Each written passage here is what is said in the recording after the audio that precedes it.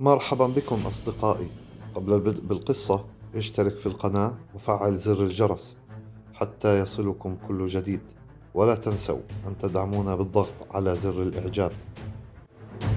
تحدثت في الجزء الأول عن أصول العلمانية من البداية حتى وصلنا إلى أسس كارل ماركس المبنية على أساسين، وهما الديالكتيكي والتاريخي. وقسم ماركس الحياة التاريخية للإنسان إلى 5 أقسام: القسم الأول وهي الشيوعية الأولى، والقسم الثاني وهي مرحلة الرق والاستعباد، والمرحلة الثالثة أو القسم الثالث هي مرحلة الإقطاع، والمرحلة الرابعة هي مرحلة الرأسمالية، والمرحلة الخامسة هي مرحلة الشيوعية الحديثة. وقال ماركس إن الانتقال في المراحل لا بد أن يحدث، وطبعا ماركس في هذه المرحلة لا يوجد على كلامه أي دليل، وهذه المراحل هي محض تفكيره الشخصي ومن تأليفه واستنتاجاته. ولكن ركز معي قليلا. كانت المرحلة الأولى بالنسبة لماركس وهي الشيوعية الأولى تقوم على أن كل شيء لكل الناس أو لكل القبيلة، فمثلا الأكل للجميع، الأرض للجميع، حتى الزوجة للجميع، والأولاد للجميع. ومن ثم مرحلة الزراعة واكتشاف الماكينات الزراعية، وهي المرحلة التي ظهر فيها الملكية الفردية. وهنا ماركس قال أن الدين والأخلاق نشأت في هذه المرحلة، عندما كان المزارع يزرع حبة القمح ويتركها ولا يستطيع حمايتها، أصبح يتوهم بقوة كبيرة خارجية ترعاها. وطبعا ماركس هنا في هذه المرحلة يخرف أو يهذو، ولكن لا بد من تفسير يخرجه للناس حتى يصدقوه ويصدقوا مبدأه الشيوعي المادي البحت. ثم استمر ماركس باستنباط أفكاره الخرافية، وقال ماركس أن الأخلاق ظهرت عندما كان الرجل يتكسب وينفق على زوجته وأولاده، ولأن الرجل ذكوري وأناني خلص بأن تكون زوجته وأولاده ملكا للرجل وحده فقط، وأخضع امرأته لضوابط وأحكام دينية تحافظ عليها من لباس وانضباط في المنزل وعدم الخروج إلا للضرورة وعدم الاختلاط وغيره. وعلى فكرة للتنويه فقط، هذا الفكر المتعفن الماركسي هو الذي يفسر لماذا العلمانيون في هذه الأوقات يربطون بين لباس المرأة المحتشم ولباس المرأة المتعري، فكلما كشفت المرأة من جسمها كانت أكثر تحضرا، وكلما غطت أكثر تخلفا ورجعية وانقيادا خلف الرجل. ولا حول ولا قوة إلا بالله. دعونا نكمل.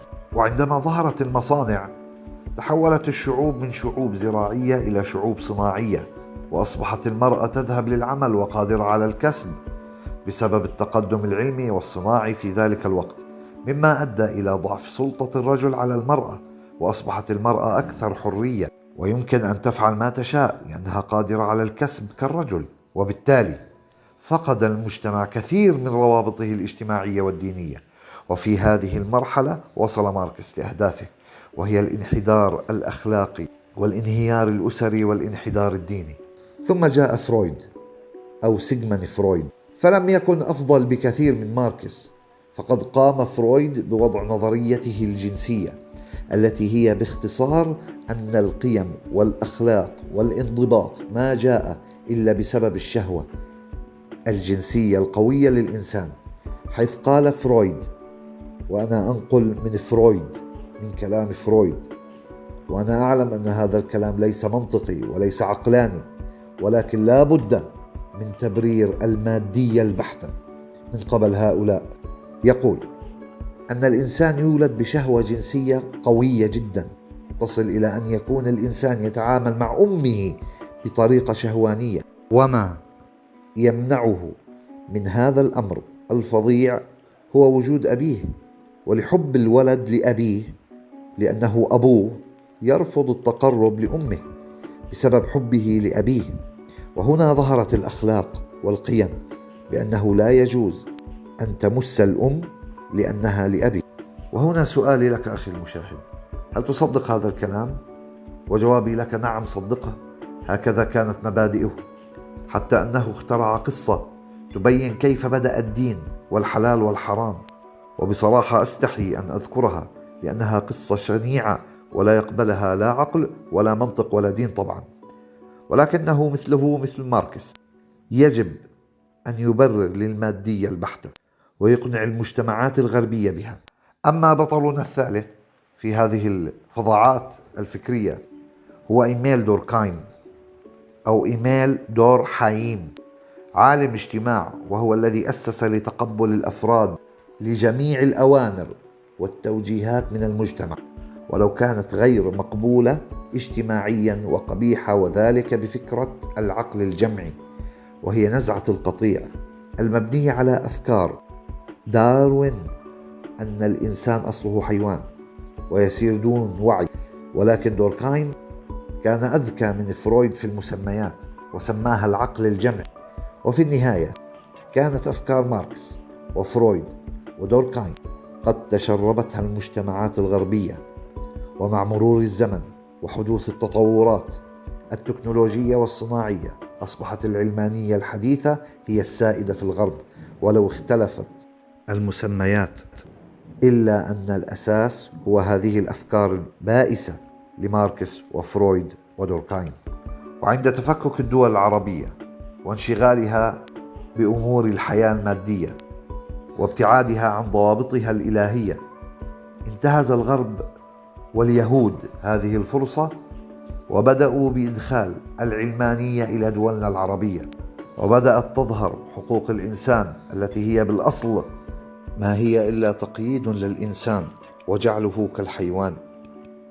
وفهمنا من القصة الكاملة أنها لا تمس بالإنسانية بصلة، بل هي أوهام يضعوها في عقول الإنسان أو البشر حتى يصلوا إلى الهدف المطلوب والحريات بشكل عام، التي هي انصياع وانحطاط وانخضاع الإنسان لجعله حيوان يمشي بلا مبدأ أو قيمة بمسميات براقة، وكثير من المسميات، وحقوق المرأة وحقوق الطفل وغير ذلك، وحقوق الحيوان التي تجعل الإنسان منصاعا لجعله كالحيوان يمشي بلا مبدأ ولا قيمة وبمسميات براقة ويحميها القانون.